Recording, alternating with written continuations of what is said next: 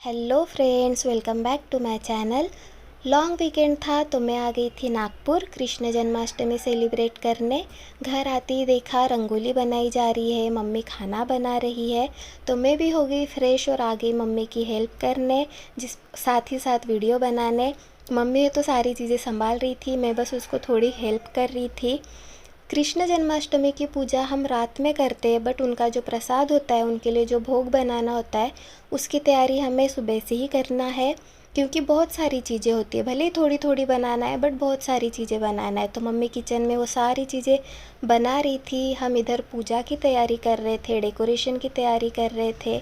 इसे हम फुलोरा कहते हैं। इसमें ऐसे 5 जगहों पे पूरी, अनारसे, मिक्स दाल के वड़े, नींबू और बेलपत्री बांध के, इसे हम जहाँ हमारे ठाकुर जी को विराजमान करते हैं तो उनके सिर के ऊपर थोड़ा हाइट पे बांधा जाता है। वो भी पूजा का ही एक पार्ट है। तो वो भी हो गया था, पूजा की सारी चीज़ें प्रॉपर रख के हो गई थी। मीठे में बन रहे थे गुलाब जामुन, पूरन और अनारसे तो मम्मी ने बना ही लिए थे। साथ ही बन रहे थे पत्ता गोभी के पकोड़े, अरबी के पत्तों के पकोड़े, प्याज के पकोड़े, सब्जियाँ, दाल, चावल, रोटी, कड़ी, सारी चीज़ें बन के तैयार थी। ये जब सारा भोग हम हमारे ठाकुर जी को चढ़ाते हैं और बाद में हम इसे खाते हैं ना, तो एक अलग ही टेस्ट आता है।